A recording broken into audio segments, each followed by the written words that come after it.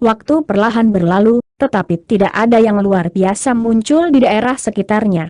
Akhirnya, seorang pria kekar berambut merah dalam formasi ringan kehabisan kesabaran, dan mentransmisikan suaranya ke seorang pria tua gemuk. Kenapa dia tidak ada di sini? Mungkinkah dia berubah pikiran dan memutuskan untuk tidak mengikuti rencana kita? Kami tidak mengerahkan siapapun untuk memata-matai mereka karena kami khawatir pelakunya akan mengetahuinya. Yakinlah, Saudara Ceki, kami tidak akan memasang jebakan ini jika kami tidak sepenuhnya yakin akan hal itu. Saya tidak tahu mengapa pelakunya mengejar keduanya untuk waktu yang lama, tetapi hasil penyelidikan kami menunjukkan bahwa dia tidak menunjukkan niat untuk menyerah. Selama kebuang Frost bersayap enam itu tidak membuatnya terlalu jelas, dia pasti akan bisa memikat pelakunya ke dalam perangkap ini, jawab pria tua itu dengan senyum hangat. Itu sangat meyakinkan untuk didengar. Omong-omong, betapa menakutkannya pelaku di balik pengorbanan darah. Tidak hanya 12 dari kita telah berkumpul, bahkan formasi ekstrim langit dan bumi ini dan harta suci sekte tulang darah, gulungan angin kuning, sedang digunakan. Harta karun itu dan dua formasi ini saja sudah cukup untuk memurnikan pelakunya hidup-hidup. Mengapa layanan kami masih diperlukan? Pria berambut merah itu bertanya dengan rasa ingin tahu. Saya tidak terlalu yakin tentang itu, tetapi pasti ada alasan mengapa rekan-rekan Taois yang mengumpulkan kita begitu berhati-hati. Mengesampingkan yang lainnya, pria itu telah membunuh 3 rekan Taois Grand Ascension State dan telah mengorbankan makhluk hidup yang tak terhitung jumlahnya tanpa hambatan apapun, jadi dia memang pantas mendapatkan perlakuan agung ini, jawab pria gemuk itu. Aku agak penasaran dari mana pria itu berasal. Mungkinkah dia telah berkultivasi dalam pengasingan selama bertahun-tahun yang tak terhitung jumlahnya atau mungkin makhluk yang kuat dari alam lain? Pria berambut merah itu berspekulasi. Tidak perlu memikirkan hal-hal seperti itu. Terlepas dari mana dia berasal, tindakannya tidak dapat dimaafkan, dan sekte Bladau kita pasti tidak dapat membiarkan dia terus hidup di dunia ini. Jika tidak, reputasi kita akan tersapu ke tanah. Jawab pria gemuk itu dengan ekspresi serius. Itu benar. Aku pernah mendengar bahwa Biing dari Serikat Dagang Hilian, Nyonya Lingyun dari Gunung Kutukan Segudang, dan rekan Taois Hi dari Lembah Skifal juga telah diundang sebagai penonton. Dengan partisipasi mereka, tidak mungkin itu terjadi. Laki-laki akan bisa bertahan hidup, kata pria berambut merah itu. Hehe, tidak mungkin ketiganya akan bergabung untuk melawan musuh yang sama. Selain itu, dengan kita semua di sini, tidak akan ada kesempatan bagi mereka untuk terlibat, jawab pria gemuk itu, yang ditanggapi oleh si rambut merah. Pria itu mengangguk dengan ekspresi kontemplatif. Sementara itu, 4 makhluk Grand Ascension State berdiri bersama di aula pagoda emas yang berkilauan. Pagoda itu terletak di kota raksasa yang tak terhitung kilometer jauhnya dari padang pasir, dan mereka berempat menilai layar cahaya putih di antara mereka. Layar menampilkan semua yang terjadi di setiap sudut gurun, dan salah satu dari 4 makhluk Grand Ascension Stage tidak lain adalah Biing. 3 lainnya terdiri dari seorang pria paruh baya dalam jubah sarjana, seorang wanita paruh baya dalam gaun warna-warni, dan seorang pria berjubah merah dengan metu yang menyerupai metu elang. Mereka berempat menilai adegan yang terbentang di layar cahaya dengan ekspresi tenang, tidak menunjukkan niat untuk berbicara satu sama lain. Setengah hari kemudian, seberkas cahaya tiba-tiba muncul di tepi gurun sebelum terbang lebih dalam ke gurun dengan kecepatan yang mencengangkan. Garis cahaya sedang dikejar oleh awan pelangi, dari mana suara laki-laki sedingin es terdengar. Kamu benar-benar membuatku marah sekarang, dan aku mulai bosan dengan permainan kucing dan tikus ini, jadi aku akan mengakhirinya di sini dan sekarang. Begitu suaranya menghilang, awan pelangi berubah menjadi sambaran petir pelangi yang melesat secara drastis. Dengan demikian, seberkas cahaya dan kilat pelangi dengan cepat melaju hampir setengah dari gurun dan tiba di pusatnya. Garis cahaya memudar, dan kebuang putih bersayap 8 bersalju terungkap di samping seorang wanita cantik dalam gaun mewah perak. Begitu kebuang mendarat di tanah, itu berubah menjadi seorang pemuda berjubah putih dengan pola emas dan perak di wajahnya, yang segera berbalik untuk melihat kembali ke kejauhan. petir gemuruh terdengar, dan sambaran petir pelangi muncul sebelum meluncur ke arah keduanya. Murid Kewurang Frost bersayap enam berkontraksi sedikit setelah melihat ini, dan dia segera berubah menjadi bentuk kewurang bersayap 8 melawan sebelum terus melarikan diri. Tepat pada saat ini, ledakan gemuruh tiba-tiba terdengar, dan bumi bergetar hebat saat ledakan kekuatan hisap yang tak terlihat meletus dari bawah tanah. Sambaran petir pelangi berhenti dingin di jalurnya oleh ledakan kekuatan hisap yang tak terduga ini, memperlihatkan seorang pemuda berjubah hitam yang sakit-sakitan, itu tidak lain adalah keabadian sejati, Malyang. Pilar cahaya yang tak terhitung jumlahnya dengan warna berbeda meletus dari pasir di bawah dan memanjang lurus ke atas ke langit. Bumi terus bergetar ketika formasi shooter yang membentang sejauh mata memandang perlahan muncul, diikuti oleh murid-murid darah Dao yang tak terhitung jumlahnya muncul sebelum mengatur diri mereka menjadi formasi yang dalam, kemudian mulai mengaktifkan harta formasi yang mereka pegang. Sementara itu, langit menyala, dan batasan tak terlihat jatuh seperti selubung cahaya, mengungkapkan formasi cahaya raksasa yang mencakup seluruh langit. Formasi cahaya kemudian mulai perlahan turun dari atas, dan fluktuasi energi yang kuat langsung memenuhi seluruh ruang. Berdiri di antara dua formasi raksasa, Malyang dibuat terlihat seperti semut yang tidak penting. Tepat pada saat ini, 12 Blood Dao Grand Ascension Stage muncul dari formasi cahaya sebelum mengelilingi Malyang dalam sekejap, menilai dia dari jauh. Meskipun dia tidak bisa bergerak di udara, Malyang tetap sama sekali tidak terpengaruh untuk melihat ini, dan semburan cahaya meletus dari tubuhnya, diikuti dengan suara robekan yang tajam, dan dia langsung mendapatkan kembali kebebasannya. Kalian semua cukup berani untuk menyergapku. Dengan begitu banyak dari kalian yang hadir, kalian pasti berniat membunuhku di sini. Malyang terkekeh dingin saat melihat 12 makhluk Grand Ascension Stage di sekelilingnya. HMPH, kamu berani mengorbankan ratusan juta makhluk hidup di benua kita, tentunya kamu sudah memperkirakan bahwa hari ini akan datang, panggung kenaikan agung yang diselimuti awan ki merah tua menderu dingin. Aku memang mengantisipasi bahwa ini akan terjadi, tetapi aku tidak mengharapkanmu untuk bergabung dengan mereka berdua. Lagi pula aku sudah muak dengan permainan kucing dan tikus ini, jadi aku akan membunuh kalian semua, lalu bunuh mereka berdua sendiri, kata Malyang sambil melirik ke Kewurang Frost bersayap 6 dan Phoenix S, yang sudah mundur ke kejauhan. Sungguh kurang ajar. Sepertinya dia tidak akan menyerah kecuali kematian sedang menatap wajahnya. Tidak perlu membuang waktu lagi dengan obrolan yang tidak berguna, ayo kalahkan dia, teriak seorang pria tua berjubah brokat. Begitu suaranya menghilang, sekitar selusin pedang terbang berwarna merah segera terbang keluar dari tubuhnya.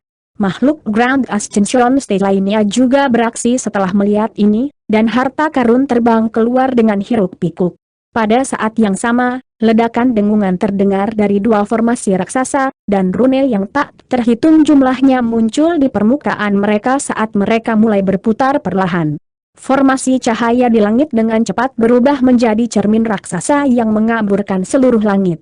Permukaan cermin seluruhnya berwarna perak, dan benang perak yang tak terhitung jumlahnya menghujani darinya di tengah gemuruh ledakan. Sementara itu, bola cahaya putih muncul dari formasi di tanah, langsung membanjiri semua orang di formasi sebelum berubah menjadi karakter segel besar. Begitu karakter itu terbentuk, semburan fluktuasi hukum segera menyapu Malyang dari segala arah. Namun, Malyang hanya tersenyum sebagai tanggapan, dan pada saat berikutnya, aura yang sangat menakutkan keluar dari tubuhnya. Pada saat yang sama, serangkaian rantai keunguan emas tiba-tiba muncul di sekujur tubuhnya, yang semuanya melepaskan cahaya yang berkilauan. Seluruh pusat gurun redup secara signifikan, dan semua ki asal dunia melonjak menuju titik tertentu dalam hiruk-pikuk. Titik. Di tepi gurun, Grand Elder bertopeng dari Bloodbone Secet, Xiaoming, telah muncul di udara.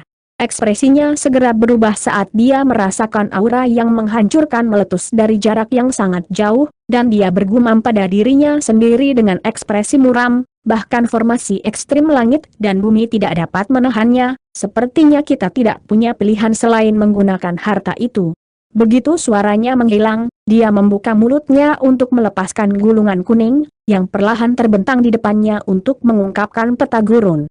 Gurun di peta itu identik dengan gurun sebelum Xiaoming, dan dia mengarahkan jarinya ke peta, di mana gurun di peta itu tiba-tiba mulai menggeliat dan menggeliat seolah-olah telah hidup kembali. Pada saat yang sama, pasir di permukaan gurun itu sendiri mulai bergelombang secara berirama, seolah beresonansi dengan perubahan yang terjadi di peta. "Biarkan ada angin," teriak Xiaoming sambil mengarahkan jarinya ke peta lagi. Tepi gurun di peta segera melengkung dan kabur, dan gumpalan kabut kuning samar muncul sebelum perlahan melayang ke atas. Pada saat yang sama, awan kabut kuning muncul di depan Xiaoming sebelum langsung berubah menjadi serangkaian tornado yang dengan cepat meningkat jumlahnya, membentuk satu baris demi satu. Dengan demikian, dinding angin kuning yang lebih tinggi dari yang bisa dilihat mata dengan cepat terbentuk, dan pemandangan yang sama sedang direplikasi di pinggiran seluruh gurun. Pergi Xiaoming memerintahkan saat dia menyapukan lengan baju di udara, dan dinding angin berkumpul menuju pusat gurun dari segala arah, menyapu badai pasir ganas yang semakin ganas. Melihat ke bawah dari atas, orang akan menemukan bahwa dinding angin telah membentuk penghalang kuning yang menyelimuti seluruh gurun di dalamnya. Xiaoming duduk dengan kaki disilangkan di kejauhan, lalu menutup matanya saat dia mulai fokus mengendalikan gulungan di depannya. Di dalam pagoda emas, pemandangan yang digambarkan di layar cahaya juga telah berubah menjadi badai pasir kuning, membuatnya mustahil untuk melihat hal lain. Alis Nyonya Lingyun sedikit berkerut setelah melihat ini, dan dia berkata, "Saudara Yeu, harta yang digunakan rekan Taois Xiaoming adalah gulungan angin kuning dari sekte tulang darah, kan? Saya pernah mendengar bahwa harta ini memiliki peringkat yang cukup tinggi bahkan di antara harta karun surgawi yang mendalam dari alam roh. Fakta bahwa itu menyembunyikan pandangan bahkan cermin penilai langit ini adalah bukti yang jelas akan kekuatannya. Namun, bukankah terlalu dini untuk menggunakan harta ini?" Rekan Taois Xiaoming terlalu berhati-hati. "Hehe, itu memang gulungan angin kuning yang sangat terkenal. Gulungan ini biasanya dipuja di aula warisan sekte tulang darah, dan hanya ketika menghadapi musuh yang kuat, para tetua agung akan mengeluarkan harta ini sebelum mempercayakannya kepada salah satu dari mereka menghadapi musuh. Harta itu sebenarnya sudah disiapkan sebelumnya, seluruh gulung ini sebenarnya dimanifestasikan oleh gulungan ini, dan itu baru diaktifkan secara resmi sekarang. Adapun apakah rekan Taois Xiao terlalu berhati-hati, saya pikir itu ide yang bagus bahwa dia mengaktifkan harta karun itu dengan sangat tegas. Lagi pula, dengan kekuatan menakutkan pria itu, aku pikir formasi ekstrim langit dan bumi dan gulir angin kuning diperlukan untuk benar-benar memastikan bahwa kita telah menjebaknya. Bagaimana menurutmu, Kakak Bi? "Oh baik sekali, Saudara Bi, apakah ada sesuatu di pikiranmu?" Pria berjubah merah itu bertanya sambil melihat ekspresi di wajah Biying. Pada saat ini, Biying menatap tajam ke layar cahaya dengan ekspresi yang sangat muram, dan hanya setelah mendengar kata-kata pria berjubah merah itu dia menarik pandangannya dan memaksakan senyum ke wajahnya sendiri. "Aku tidak tahu kenapa, tapi untuk beberapa alasan, aku dikejutkan oleh sensasi yang menusuk tulang setelah menyaksikan penampilan pria itu. Oh, ini bukan sesuatu yang bisa diabaikan, pada level kami dapat merasakan bahaya tertentu yang akan datang." "Rekan Taois Hi, Nyonya Lingyun, apakah kalian berdua mendapatkan firasat yang sama?" Pria berjubah merah itu buru-buru bertanya sambil menoleh kedua orang lain yang hadir. "Aku belum." "Aku juga." "Mungkinkah firasatmu salah, Kakak Bi?" Pria berjubah sarjana itu bertanya dengan senyum tipis. "HMPH, terlepas dari apakah firasatku benar atau tidak, aku tidak berencana untuk tinggal di sini lebih lama lagi, aku akan segera kembali ke Serikat Dagang. Terlepas dari hasil pertempuran, cukup kirim pesan ke Serikat Dagang kita, Saudara Yeu." Sangat mengejutkan semua orang, Biying tiba-tiba pergi. "Haha, tidakkah kamu membiarkan dirimu terombang-ambing oleh ketakutan yang tidak berdasar, Kakak Bi? Bahkan jika semacam bahaya benar-benar akan muncul, apa yang mungkin terjadi dengan kita berempat di sini? Mengapa kamu tidak menunggu sampai pertempuran berakhir sebelum Tepat pada saat ini, kata-kata pria berjubah merah itu tiba-tiba terputus ketika pemandangan di layar cahaya tiba-tiba mulai bersinar dengan cahaya yang cemerlang, dan garis-garis cahaya keemasan yang tak terhitung menembus penghalang angin, menerangi seluruh layar cahaya menjadi terang warna emas. Cermin penilai langit akan meledak, seru pria berjubah crimson saat ekspresinya berubah drastis. Segera setelah itu, layar cahaya bergetar sebelum meledak menjadi bola cahaya keemasan, mengirimkan gelombang kejut ke segala arah.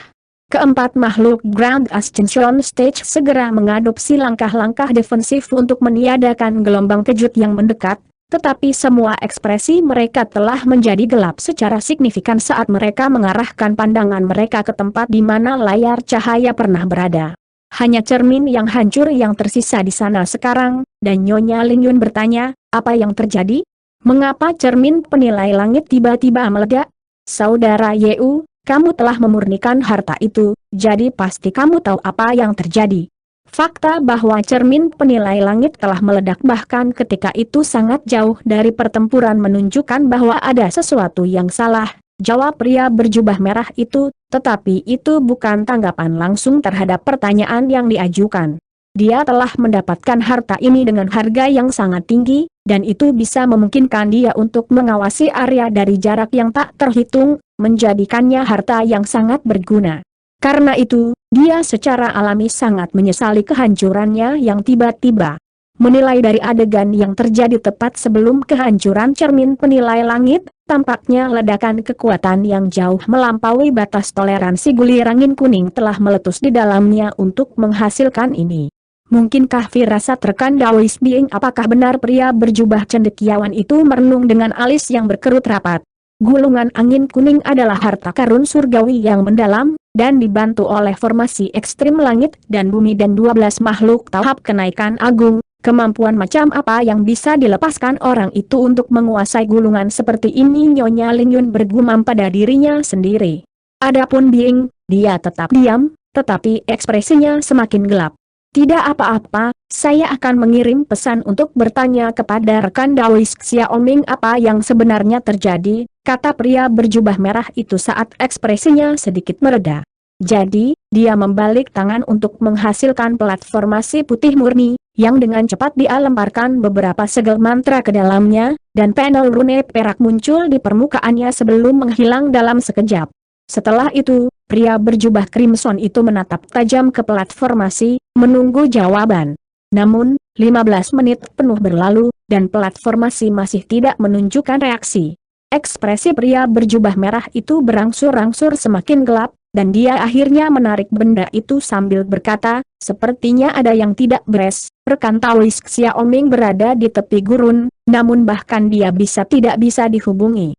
Kalau begitu, kita harus membuat beberapa persiapan. Jika semua rekan Taois kita telah jatuh, maka ada kemungkinan besar bahwa pria itu akan mengejar kita selanjutnya.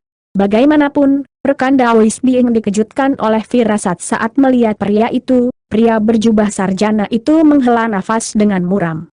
Apakah kamu masih berencana untuk pergi sekarang? Rekan Daois Bing pria berjubah merah itu bertanya sambil berbalik ke arah Bing. Tidak. Jika orang ini ditakdirkan untuk menjadi kejatuhanku, maka aku tidak bisa menghindarinya selamanya. Hanya dengan menghadapi kesengsaraan ini secara langsung dan melampauinya, aku akan memiliki kesempatan untuk bertahan hidup. Jawab Bing saat tatapan tegas melintas melalui matanya. Bagus. Meskipun kita hanya 4 orang, ada 100.000 murid dan formasi kuat di kota ini yang bisa kita manfaatkan, jadi kita masih bisa bertarung. Aku yakin pria itu tidak akan bisa untuk muncul dari pertempuran itu tanpa cedera, kata pria berjubah merah itu. Patriark He dan Nyonya Lingyun juga sadar bahwa ini bukan waktunya untuk melarikan diri sendiri. Jika mereka memilih untuk melakukannya, sangat mungkin bahwa musuh mereka dapat menargetkan mereka satu per satu, sehingga menempatkan mereka dalam bahaya yang lebih besar. Tentu saja, alasan utama di balik keputusan mereka untuk tetap tinggal adalah karena keyakinan mereka pada kemampuan mereka sendiri. Meskipun mereka juga makhluk Grand Ascension Stage, mereka jauh lebih kuat daripada 12 makhluk Grand Ascension Stage yang berkumpul di perangkap. Dengan kekuatan mereka digabungkan, mereka juga akan mampu membunuh 12 makhluk Grand Ascension Stage dengan mudah. Dengan demikian, mereka berempat dengan cepat meninggalkan aula dan mulai mengeluarkan serangkaian perintah kepada murid-murid mereka. Sementara itu, gurun telah sepenuhnya berubah menjadi dunia api emas. Serangkaian gunung emas berapi-api yang tingginya lebih dari 10.000 kaki telah muncul di tanah di bawah, merobek seluruh formasi super terpisah dan melepaskan awan emas yang berapi-api ke langit. Di kaki gunung berapi ada tumpukan mayat hangus, dan formasi cahaya di langit telah disegel di dalam lapisan es glasial biru, membuatnya benar-benar tidak bisa bergerak. Di tengah gunung emas yang berapi-api berdiri raksasa emas yang tingginya lebih dari 10.000 kaki. Raksasa itu memiliki pola roh emas di sekujur tubuhnya, dan penampilannya benar-benar identik dengan Maliang, kecuali salah satu matanya menyala dengan nyala api keemasan, sementara yang lain memancarkan ki glasial biru. Raksasa itu memegang katak merah raksasa dengan tangan terentang. Setengah dari tubuh kodok telah terkoyak, dan auranya sangat lemah, menunjukkan bahwa dia berada di ambang kematian. Tangan raksasa lainnya ditekan di atas apa yang tersisa dari kepala katak, dari mana benang-benang cahaya keemasan berterbangan tanpa henti. Tampaknya raksasa emas itu sedang mencari sesuatu dalam ingatan Seng Kodok. Beberapa saat kemudian, raksasa emas itu mendengus dingin pada dirinya sendiri, agak mengesankan bahwa dia mampu menyegel sebagian besar jiwanya dan membuatnya tidak dapat diakses olehku, tetapi ingatan yang berhasil aku lihat sudah cukup. Jadi semua makhluk paling kuat di benua langit darah dari sekte Dao Darah dan Serikat Dagang Hilian berkumpul bersama. Itu membuat segalanya sangat nyaman bagiku, aku tidak perlu berkeliling mengambil mereka satu per satu di masa depan. Tanda petik ganda buka. Begitu suaranya menghilang, sambaran petir keunguan emas meletus di sekitar raksasa emas di tengah gemuruh guntur, kemudian berubah menjadi rantai emas keunguan yang tak terhitung jumlahnya yang menghilang ke tubuh raksasa dalam sekejap. Raksasa emas itu mengeluarkan larangan teredam, dan katak merah dalam genggamannya langsung dibakar menjadi abu oleh semburan api emas. Setelah itu raksasa itu dengan cepat kembali ke bentuk manusianya sebagai pemuda berjubah hitam. Maliang kemudian memuntahkan beberapa suap darah emas, dan wajahnya semakin pucat. Pada saat yang sama, gunung-gunung emas yang berapi-api di bawah menghilang seolah-olah itu tidak lebih dari sekadar ilusi. Maliang meletakkan tangan di atas kepalanya sendiri, dan jimat emas terbang keluar sebelum mendarat di genggamannya dalam sekejap. Seperti yang diharapkan, melepaskan transformasi penuh dan domain roh saya telah cukup membebani saya. Syukurlah, saya telah mendapat banyak manfaat dari pengorbanan darah yang saya lakukan, dan saya memiliki jimat abadi pergantian emas yang diberikan kepada saya oleh guru. Jika tidak, saya akan melakukannya. Saya telah dihancurkan oleh kekuatan alam ini dalam sekejap saya menjalani transformasi saya. Jimat ini akan dapat mendukung transformasi dan domain roh saya pada 2 kesempatan lagi, dan itu pasti akan cukup bagi saya untuk memusnahkan semua semut ini. Hehe, dengan orang bodoh ini memberi contoh, aku yakin tidak ada orang lain di seluruh alam roh ini yang berani menentangku. Karena itu, kedua semut itu bereaksi cukup cepat, mereka melarikan diri segera setelah aku menjalani transformasiku. Namun, dengan benih roh sejati yang saya tanam di tubuh mereka, tidak mungkin mereka benar-benar bisa menjauh dari saya. Maliang terkekeh dingin. Setengah hari kemudian, pertempuran epik yang berlangsung hampir sehari semalam terjadi di kota raksasa tempat Bing dan yang lainnya berada.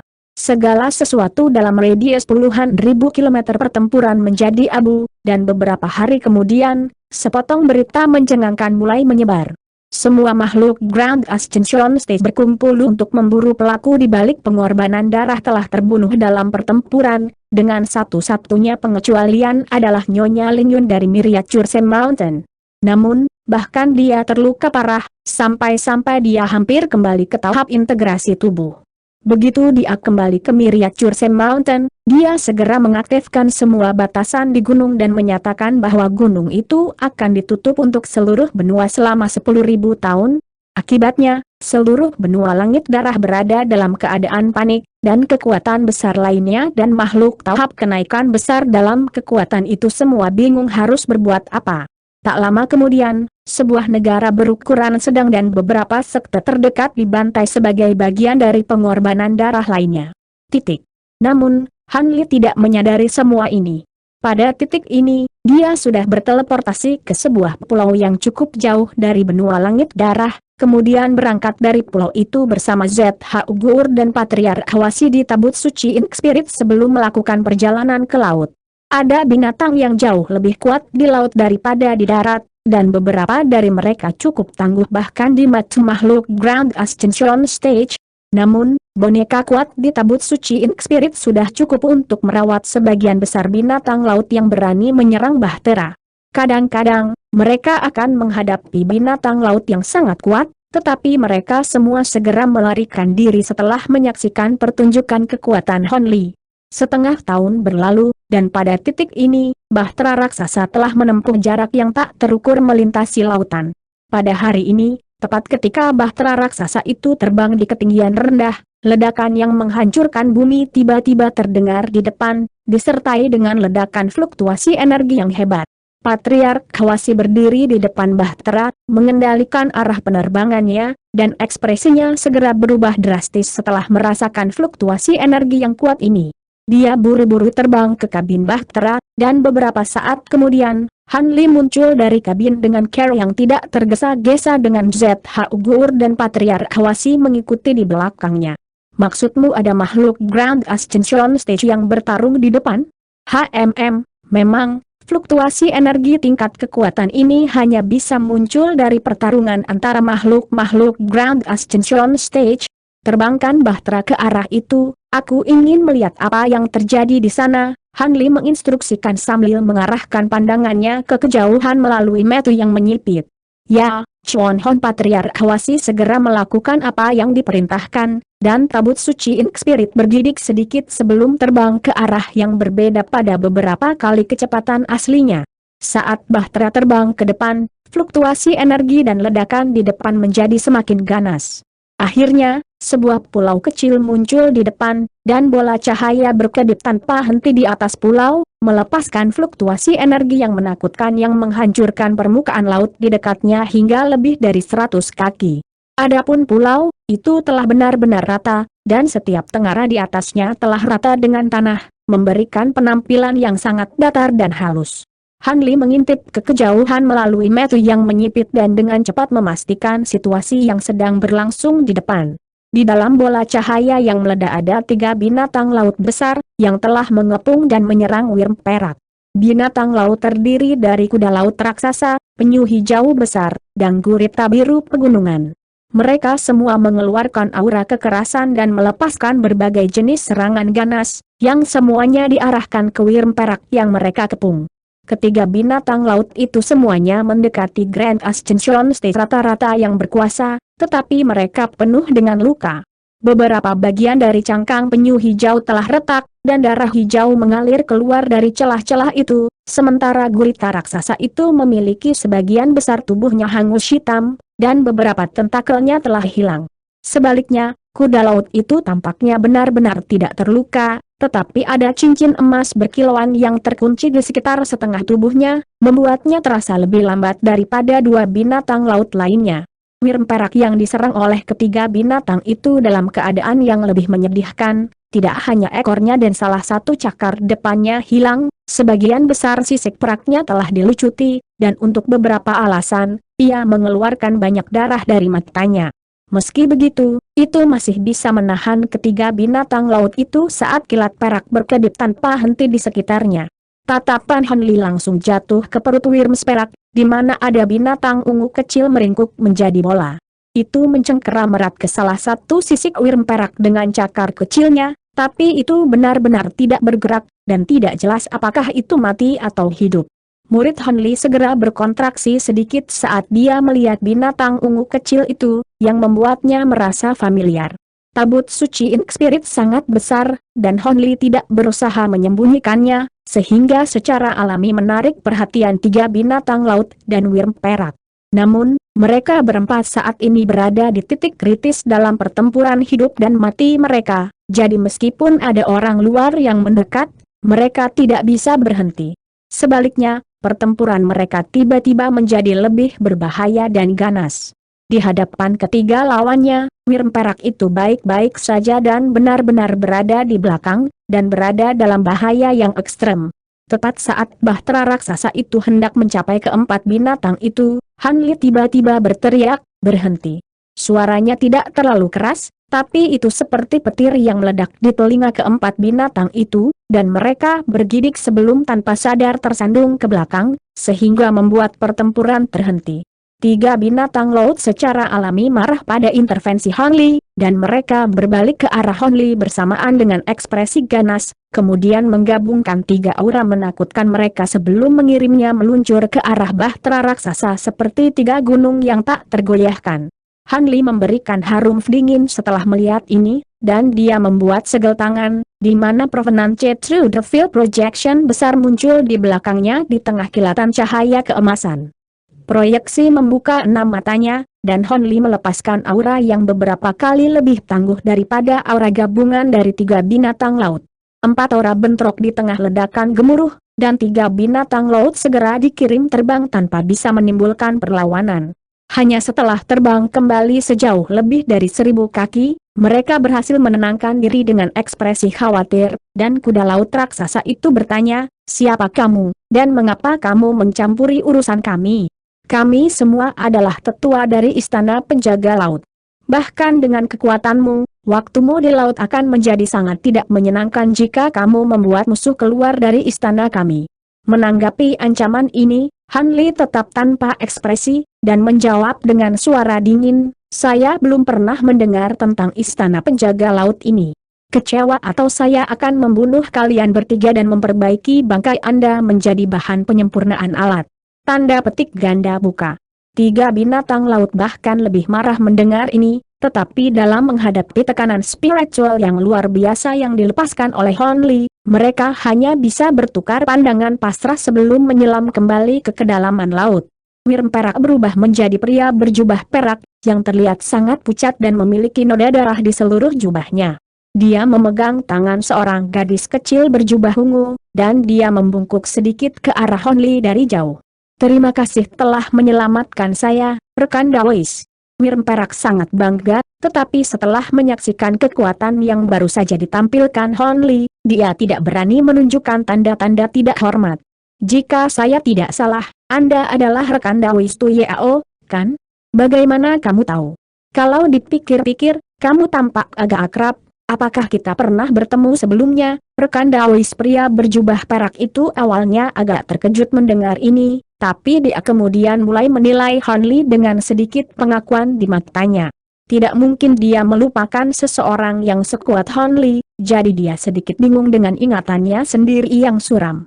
"Ayah, dia adalah pria yang kita temui selama pelelangan ketika aku dibawa pergi oleh orang-orang jahat itu." Kakak laki-laki dengan aura ibu gadis kecil itu tiba-tiba berkata ketika dia mulai menarik lengan baju ayahnya dengan mendesak.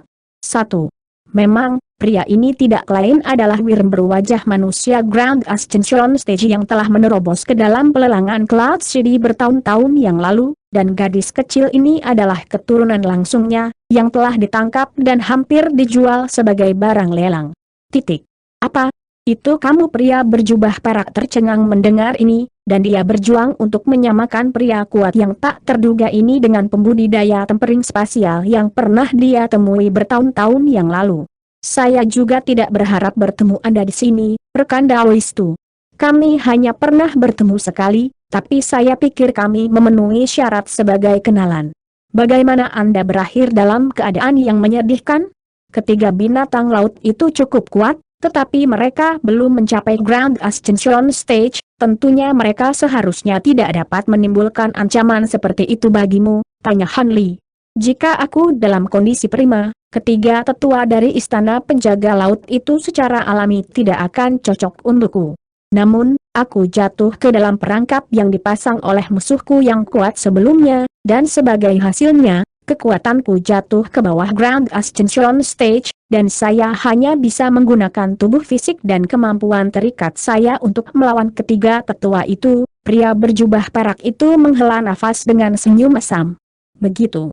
Jika Anda tidak keberatan, apakah Anda bersedia membiarkan saya memeriksa kondisi Anda saat ini? Han Li bertanya. Pria berjubah perak itu agak ragu-ragu setelah mendengar ini.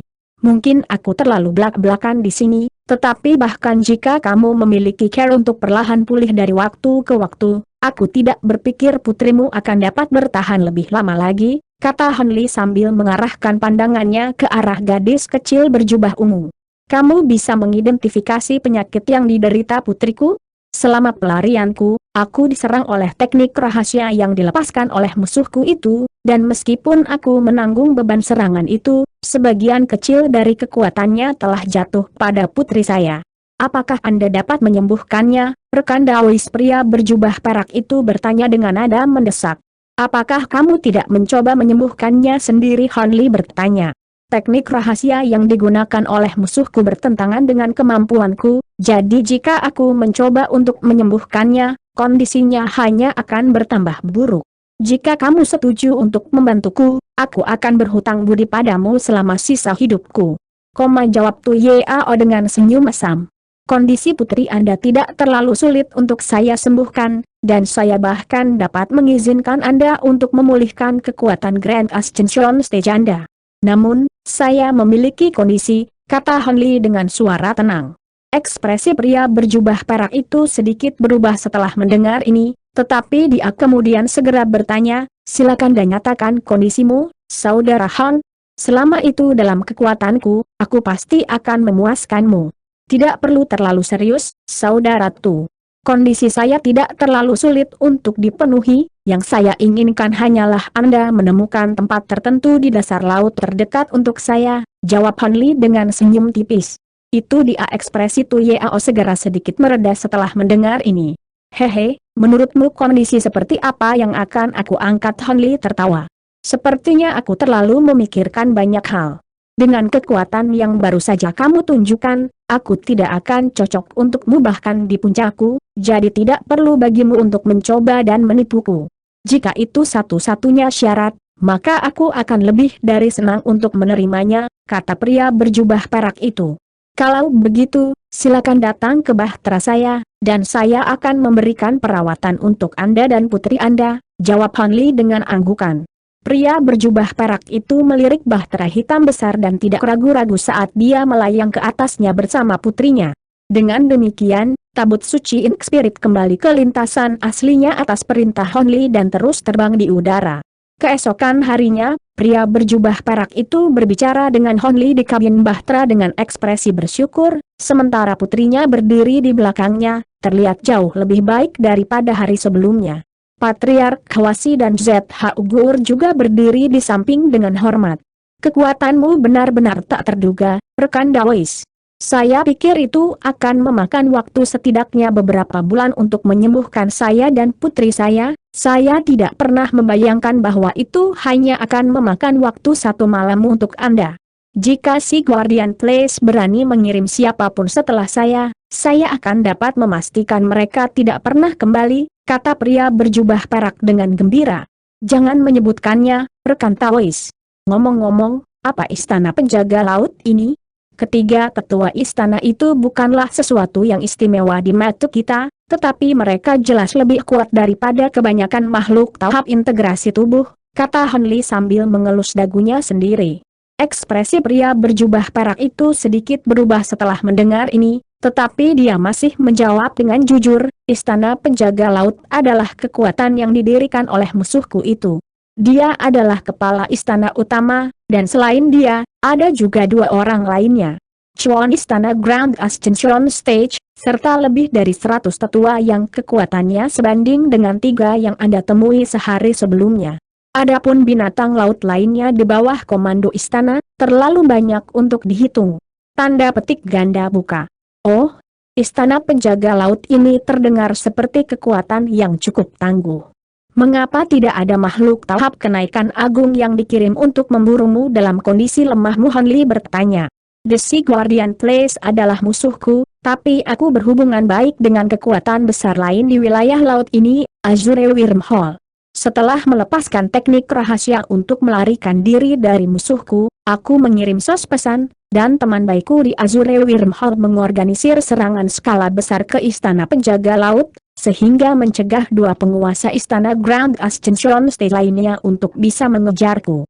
Namun, rute ke Azure Wormhole telah sepenuhnya disegel oleh binatang laut dari Istana Penjaga Laut, itulah sebabnya saya harus melarikan diri jauh-jauh ke sini, jawab pria berjubah perak itu. Begitu. Dilihat dari nama Azure Wormhole, aku berasumsi para pemimpinnya adalah makhluk kuat dari Azure Worm Race, kata Hanli. Itu benar, dua aula dari Azure Wormhole keduanya adalah makhluk Grand Ascension Stage dari Azure Worm Race, dan mereka adalah teman dekat yang dengannya aku bersedia mempercayakan hidupku. Meskipun Azure Wormhole hanya memiliki dua makhluk Grand Ascension Stage, mereka jauh lebih kuat daripada tiga penguasa istana dari si Guardian Palace, jadi kedua kekuatan itu seimbang dalam hal kekuatan keseluruhan. Ngomong-ngomong, aku ingat kamu hanya di tahap tempering spasial ketika saya terakhir bertemu Anda di Cloud City, bagaimana Anda bisa maju ke Grand Ascension Stage dalam waktu yang singkat? Bahkan sepanjang sejarah, saya tidak yakin apakah ada orang yang bisa menandingi bakat menakjubkan Anda, kata Tu Yao, dengan jelas masih terpana oleh transformasi drastis Hanli. Itu semua berkat beberapa peluang ajaib yang saya temui sehingga saya dapat mencapai basis kultivasi saya saat ini, tetapi dalam hal stabilitas yayasan saya, tidak mungkin saya dapat membandingkan dengan Grand Ascension Stage veteran seperti Anda, Hanli menjawab dengan rendah hati. Kamu terlalu rendah hati, rekan Dawes. Juga, tempat apa yang kamu ingin aku bantu kamu cari? Saya tidak bisa mengatakan bahwa saya tahu setiap inci wilayah ini seperti punggung tangan saya, tapi saya telah mengunjungi semua daerah khusus di wilayah ini, kata Tu Yao. Saya sedang mencari satu set koordinat bawah air. Adapun lokasi yang tepat. Hwasi, datang ke sini dan beritahu rekan Dawes itu apa yang kita cari. Hwasi sendiri adalah binatang laut, jadi saya yakin dia akan bisa memberikan laporan yang lebih baik dariku, kata Hanli. Hwasi segera melakukan apa yang diperintahkan, berjalan ke Tu Yao sebelum memberikan penjelasan rinci. Chuan Senior, koordinat yang kami cari diberikan kepada kami oleh altar kuno, dan karakteristik lokasinya adalah meskipun mereka telah mempelajari perkiraan koordinat pintu masuk langit roh kecil melalui altar kuno, lautnya sangat besar, sehingga bahkan sedikit kesalahan bisa sama dengan kilometer yang tak terhitung jumlahnya. Patriark Hwasi mahir dalam kemampuan atribut air, tetapi bahkan dengan bantuannya, bukanlah tugas yang mudah untuk menemukan pintu masuknya. Karena itu, Hanli meminta bantuan Tu Yao, yang merupakan makhluk Grand Ascension Stage dan sangat akrab dengan wilayah ini. Dengan bantuannya, melacak lokasi yang benar seharusnya tidak terlalu sulit. Adapun tiga makhluk Grand Ascension Stage dari si Guardian Palace, bahkan jika mereka sedikit lebih kuat daripada rata-rata Grand Ascension Stage, mereka masih tidak akan menandingi Hanli saat ini, jadi dia tidak peduli tentang mereka sama sekali. Titik. Setelah beberapa diskusi, Tu Yao dan Patriark Hwasi dengan cepat memastikan area dasar laut yang sesuai dengan deskripsi pintu masuk langit roh kecil, dan tabut suci Ink Spirit segera terbang ke arah itu beberapa kali kecepatan aslinya. 2 bulan kemudian, bahtera hitam raksasa itu berada di udara di atas area laut yang dipenuhi bebatuan dan karang. Ribuan boneka bermutu tinggi berpatroli di area laut ini, sementara lebih banyak lagi boneka kristal iblis menjelajahi dasar laut untuk mencari sesuatu. Patriark Hwasi dan Tu Yao juga bergabung dengan boneka-boneka itu, menelusuri dasar laut dengan indera spiritual mereka. Sementara itu, Hanli duduk di geladak bahtera, bermeditasi dengan mata tertutup. ZH Ugur tampaknya berdiri dengan sabar di sisinya, tetapi pandangan sesekali dia mengarah ke laut di luar bahtera secara alami tidak luput dari perhatian Hanli. Mengapa kamu begitu gelisah? Ini adalah tempat yang mereka berdua tentukan sebagai lokasi pintu masuk yang paling mungkin, jadi vonis pasti akan segera disampaikan kepada kami, kata Hanli sambil tetap memejamkan mata. Aku hanya khawatir ini akan menjadi perjalanan yang sia-sia lagi. Kedua senior itu mengatakan hal yang sama tentang dua lokasi sebelumnya yang kami kunjungi, tetapi tak satu pun dari mereka yang menjadi tempat yang kami cari, ZH Ugur dikatakan. laut sangat besar, dan dunia bawah laut sangat kompleks, jadi tidak mengherankan bahwa kesalahan akan dibuat. Namun, saya punya firasat bahwa ini adalah tempat yang kita cari, jawab Han Li sambil tersenyum. ZHU Gur sangat gembira mendengar ini. Dengan kekuatanmu, aku yakin firasatmu benar. Tiba-tiba, mata Han Li sedikit menyipit saat dia mengarahkan pandangannya ke arah tertentu. Sepertinya aku harus mengurus beberapa tamu tak diundang. Sementara itu, sekelompok binatang laut telah muncul di permukaan lautan ratusan ribu kilometer jauhnya. Binatang laut ini bervariasi secara drastis dalam ukuran dan penampilan, dan ada begitu banyak dari mereka sehingga mereka menutupi hampir setiap inci area dalam radius 100 km. Di bagian paling depan kelompok itu adalah seorang pria berambut panjang mengenakan mahkota batu giok duduk di atas kura-kura hijau raksasa, dan dia memimpin pasukan binatang laut menuju arah di mana tabut suci Ink Spirit berada. Tepat di belakang penyu hijau raksasa adalah kuda laut besar dan gurita biru pegunungan. Aku bisa merasakan bahwa pria itu ada di depan. HMPH, beraninya dia menggagalkan rencana istana kita. Dia pasti memiliki keinginan mati. Siapkan formasi binatang buas yang tak terhitung jumlahnya, aku akan menjebaknya di sini dan memakainya sampai dia mati. Tanda seru pria berambut panjang itu tiba-tiba memerintahkan dengan suara dingin. Sebuah tanduk segera ditiup di dalam pasukan binatang laut, dan semua binatang itu beraksi, dengan cepat mengatur diri mereka menjadi formasi yang dalam bahkan ketika mereka terus berbaris maju. Pasukan binatang laut yang begitu besar secara alami dengan cepat menarik perhatian sekelompok boneka lapis baja yang berpatroli di daerah terdekat, dan mereka segera terbang ke tentara binatang laut. Ini adalah sekelompok sekitar selusin boneka, dan mereka dipimpin oleh boneka perak, yang menyatakan dengan suara dingin, berhenti. Chuan, kita sedang melakukan sesuatu di depan, semua orang luar harus berhenti di sini atau menghadapi kematian. Ekspresi pria berambut panjang itu segera menjadi gelap setelah melihat ini. Penghinaan apa?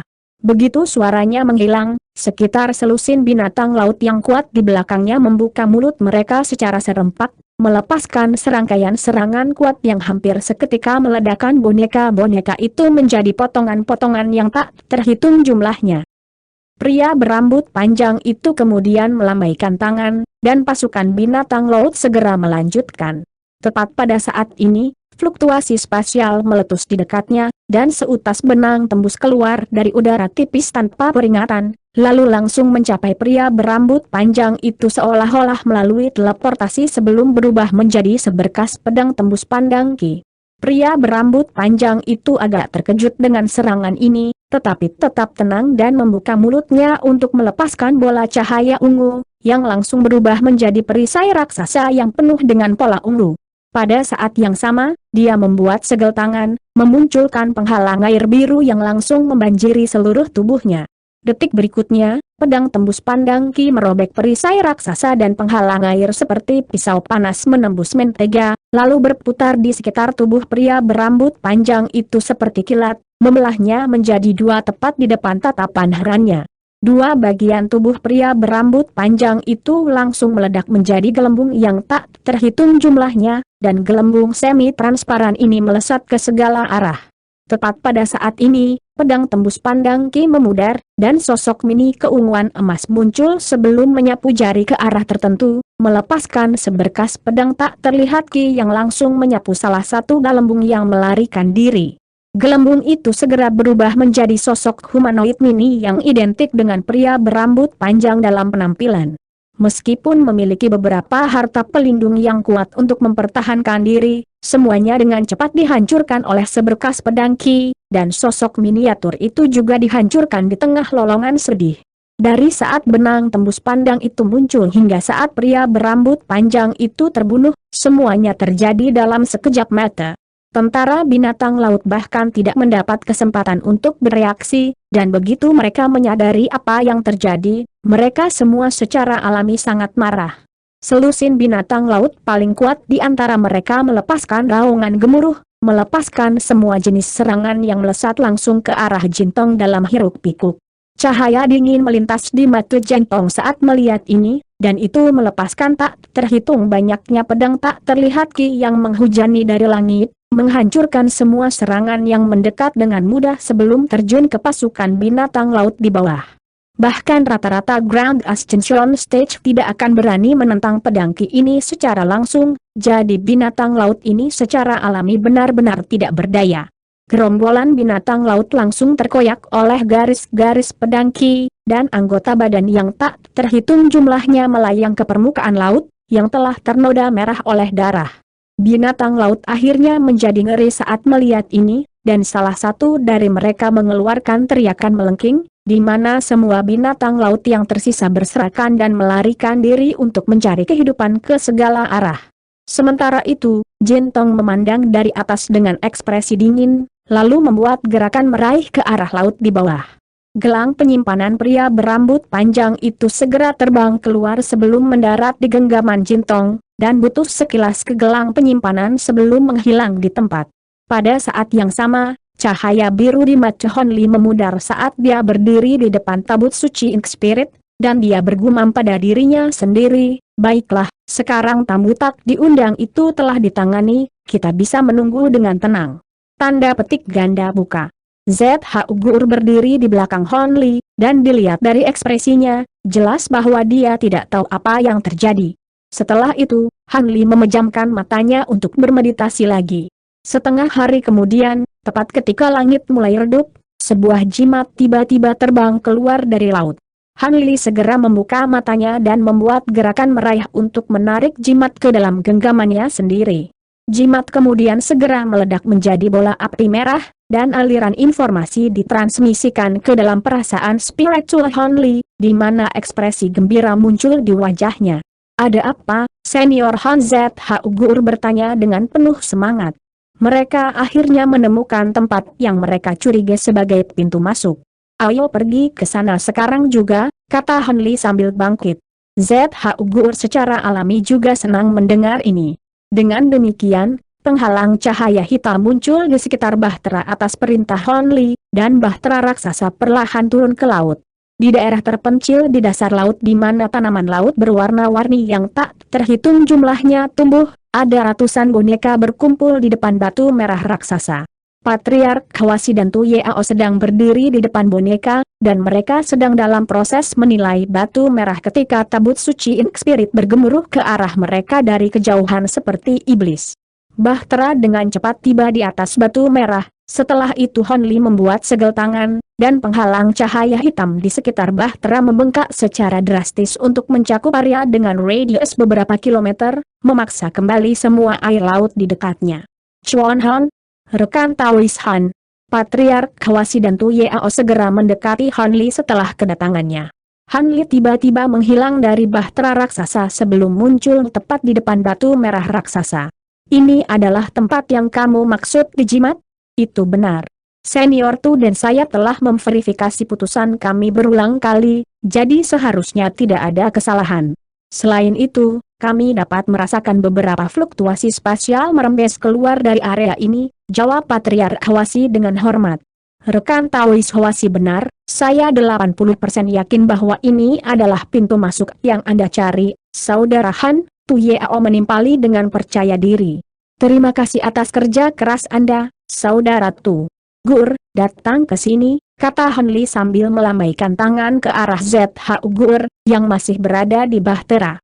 ZH Ugur buru-buru terbang ke Hon Li, yang menginstruksikan, ikut aku dan kita akan memeriksa untuk melihat apakah ini memang pintu masuk ke langit roh kecil. Jika ya, maka Hwasi juga akan masuk dengan bahtera dan boneka. Ya, Senior Han, terserah Anda, Chuan Han.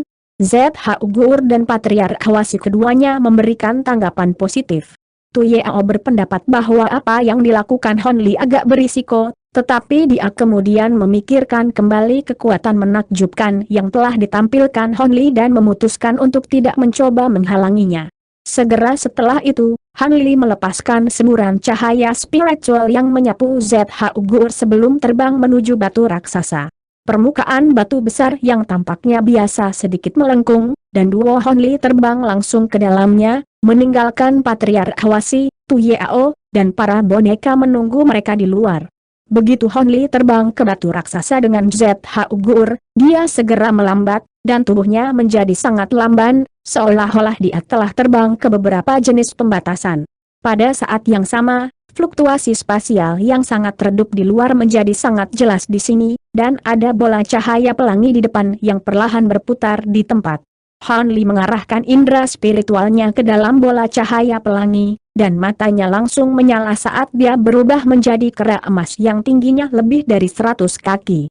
Setelah transformasinya, kelesuannya segera berkurang, dan dia meraih ZH Ugur sebelum melangkah menuju bola cahaya pelangi. Han Li kemudian terjun lebih dulu ke bola cahaya pelangi dan menghilang di tempat. Di alam lain, ledakan yang menghancurkan bumi terdengar di dalam hutan tertentu, dan sinar cahaya keemasan yang tak terhitung jumlahnya tiba-tiba meletus dari pohon pinus raksasa yang rimbun. Pohon itu kemudian bergetar sebelum meledak menjadi potongan kayu yang tak terhitung jumlahnya, meninggalkan kawah raksasa yang kedalamannya beberapa puluh kaki di tanah. Lebih dari 100 kaki di atas kawah adalah bola cahaya pelangi yang berputar tanpa henti, dan 2 orang terbang keluar darinya di tengah ledakan fluktuasi spasial. Mereka tidak lain adalah Hon Li dan ZH Ugur. Han Li dengan cepat memeriksa sekelilingnya, dan alisnya sedikit berkerut ketika dia berkata, "Ki spiritual di sini benar-benar kurang berlimpah daripada alam roh. Gur, apakah ini langit roh kecil? Tolong beri saya waktu sebentar, Han Senior. Kepadatan Ki spiritual di sini sangat mirip dengan langit roh kecil, tapi izinkan saya memeriksa hanya untuk memastikan," jawab ZH Ugur dengan bersemangat saat dia juga memeriksa sekelilingnya. Segera setelah itu, dia membalik tangan untuk memanggil sapu tangan, yang dia lemparkan ke depan sebelum dengan cepat melemparkan beberapa segel mantra ke dalamnya. Semburan cahaya putih melintas di atas sapu tangan, dan peta yang sangat jelas segera muncul. ZH Ugur sangat gembira melihat ini, dan dia berkata, "Teknik rahasiaku berhasil, jadi ini pasti langit roh kecil. Biarkan aku memeriksa lokasi kita saat ini. Kita berada di Laut Hijau langit roh kecil. Tidak masalah di mana kita berada sekarang, selama ini memang langit roh kecil. Kamu tinggal di sini untuk saat ini, aku akan membawa Hwasi dan yang lainnya ke sini.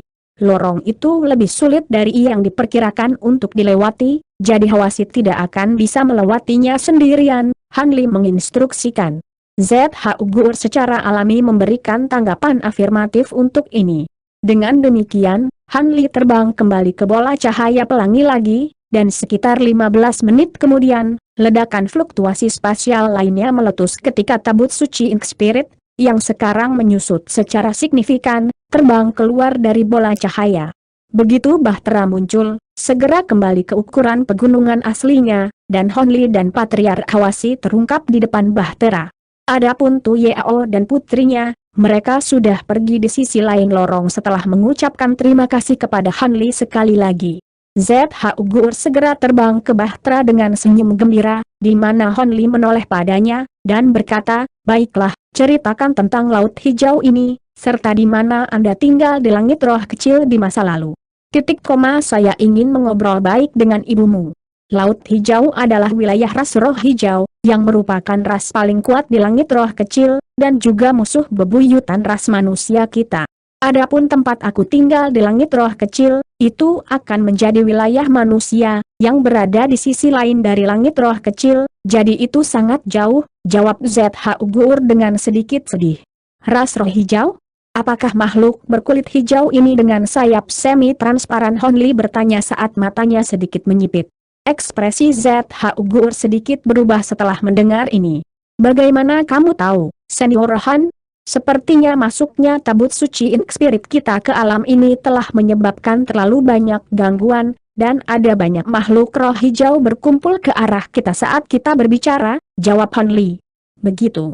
Hati-hati, Han Senior, tidak ada makhluk tahap kenaikan agung di langit roh kecil karena ki spiritual yang tidak mencukupi, tetapi ras roh hijau masih merupakan ras paling kuat di seluruh alam ini. Mereka dapat berkomunikasi dengan roh sejati.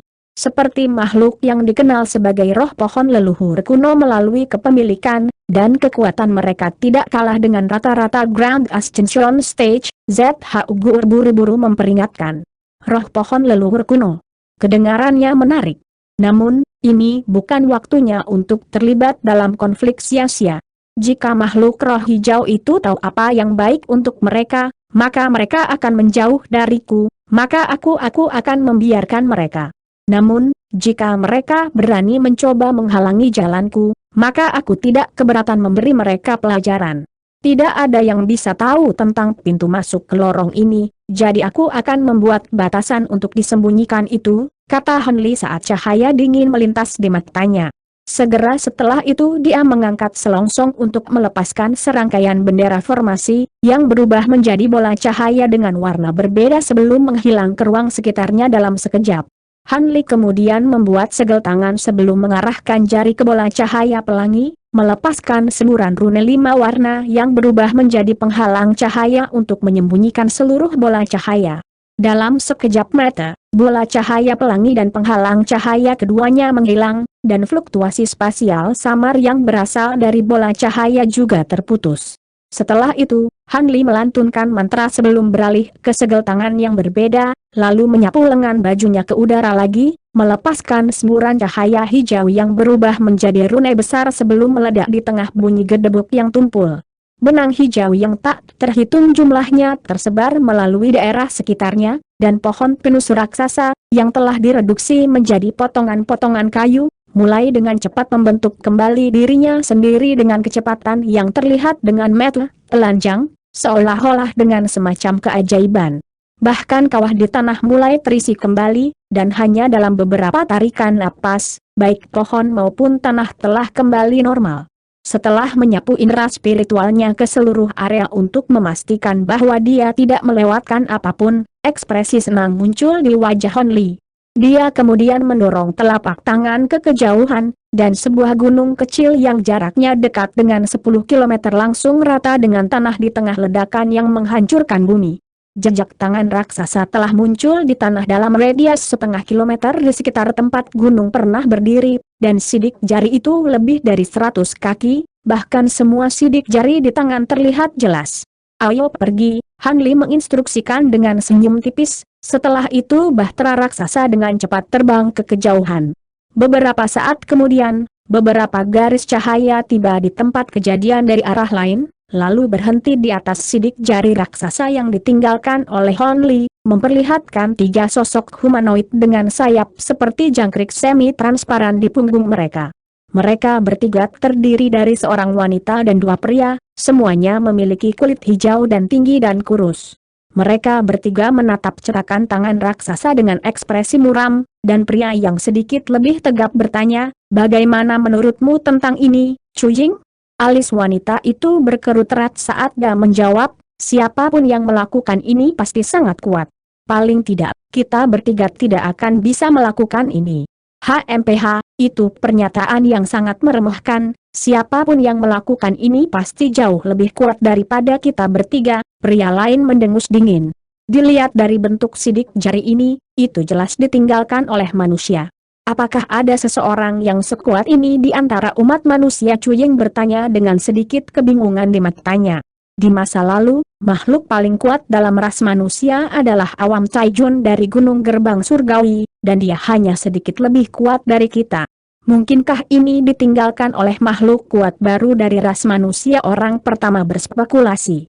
Langit roh kecil bukanlah tempat yang sangat besar, bagaimana mungkin kita tidak mendengar apapun jika makhluk sekuat itu muncul di ras manusia? Juga, mengapa orang ini muncul tepat di tengah laut hijau? Kita pria kedua merenung. Itu memang agak aneh. Sepertinya kita harus meminta jawaban pelakunya, kata wanita itu saat tatapan dingin melintas di matanya. Menurut kalian apa artinya ini? Pria pertama bertanya sambil mengelus dagunya sendiri dengan sikap kontemplatif. Apalagi artinya? Sidik jari ini jelas ditinggalkan di sini untuk mengintimidasi kita, tapi siapapun yang melakukan ini salah besar jika mereka pikir mereka bisa lolos begitu saja. Bahkan jika mereka adalah makhluk tahap kenaikan besar dari ras manusia, mereka harus memberikan penjelasan untuk ini, kata pria kedua dengan senyum dingin. Tentu saja. Jika tidak, Jika berita ini menyebar, ras lain semua akan berpikir bahwa mereka bisa masuk dan keluar dari Laut Hijau kita sesuka hati. Omong-omong, fluktuasi spasial apa yang muncul di awal? Mungkinkah apakah manusia itu melepaskan beberapa jenis teknik rahasia spasial yang memungkinkan mereka mengabaikan batasan yang kita buat dan berteleportasi ke Laut Hijau? Wanita itu berspekulasi. Saya juga merasakan fluktuasi spasial itu, tetapi saya tidak dapat menemukan apapun di dekatnya yang mengeluarkan fluktuasi spasial sisa, jadi sepertinya manusia itu pasti telah menghapusnya, jawab pria kedua. Terlepas dari apa tujuan mereka, kita hanya perlu menangkap mereka dan menginterogasi mereka. Hehe, ini mungkin hal yang baik untuk ras roh hijau kita. Lagi pula, kita mungkin tidak akan berhasil memanggil roh pohon leluhur kuno di luar Laut Hijau, kata pria pertama sambil tersenyum. Memang. Apa yang kita tunggu? Ayo kita kejar segera. Dengan kekuatan manusia itu, saudara kita tidak akan bisa menahannya lama bahkan dengan kekuatan Laut Hijau untuk membantu mereka, kata wanita itu. Kedua pria itu secara alami tidak keberatan dengan ini, dan dengan demikian, mereka berangkat sekali lagi sebagai garis-garis cahaya, terbang ke arah yang sama dengan bahtera raksasa. Titik. Sementara itu, tabut suci Ink Spirit masih terbang di udara, tetapi ribuan makhluk roh hijau telah muncul di dekatnya, dan mereka menggunakan berbagai jenis harta untuk menyerang bahtera dari jauh.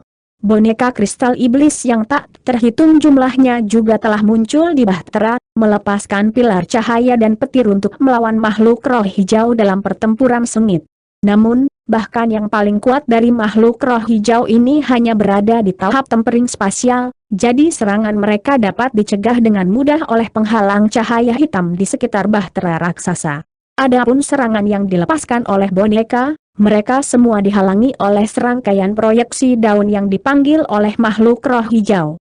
Pertempuran tampaknya sangat sengit, tetapi sebenarnya tidak ada banyak korban, dan bahtera raksasa juga tidak melambat sedikit pun. Tiba-tiba, hampir setengah dari makhluk roh hijau mengatur diri mereka menjadi formasi aneh sebelum membuat segel tangan dan melantunkan mantra. Cahaya hijau melintas di antara pohon-pohon raksasa yang tak terhitung jumlahnya di bawah, dan masing-masing dari mereka melepaskan proyeksi daun, yang dengan cepat menyatu untuk membentuk proyeksi daun raksasa yang berukuran beberapa hektar. Proyeksi kemudian langsung muncul di atas bahtera hitam sebelum turun dari langit, seolah-olah mencoba menyapu seluruh bahtera. Tepat pada saat ini, fluktuasi spasial meletus di atas bahtera raksasa, dan tangan biru besar muncul sebelum menukik ke atas seperti kilat. Tangan biru itu segera meraih proyeksi daun raksasa, yang mulai berjuang dengan sekuat tenaga seolah-olah itu adalah makhluk hidup, tetapi genggaman tangan besar itu terlalu kuat untuk proyeksi daun untuk melarikan diri. Makhluk roh hijau dalam formasi tercengang melihat ini, dan mereka buru-buru menuangkan kekuatan sihir mereka ke proyeksi di atas bahtera dalam hiruk-pikuk.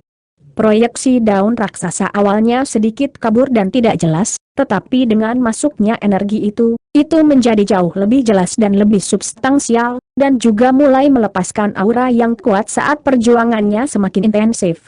Sebuah harum dingin tiba-tiba terdengar dari bahtera raksasa, yang diikuti oleh tangan biru besar itu mengencangkan cengkeramannya, dan memberikan ledakan kekuatan yang luar biasa pada proyeksi daun yang langsung merobek proyeksi itu. Akibatnya, semua makhluk roh hijau dalam formasi terkena serangan balik, dan wajah mereka memucat secara signifikan saat mereka mulai memuntahkan seteguk darah. Beberapa individu yang lebih lemah bahkan jatuh langsung dari langit. Tepat pada saat ini, Han Li muncul di depan bahtera, lalu melemparkan pandangan dingin ke arah makhluk roh hijau di sekitarnya. Aku bermaksud untuk mengampuni kalian semua, tetapi karena kamu bersikeras membuatku kesal, aku akan mengirim kalian semua pergi.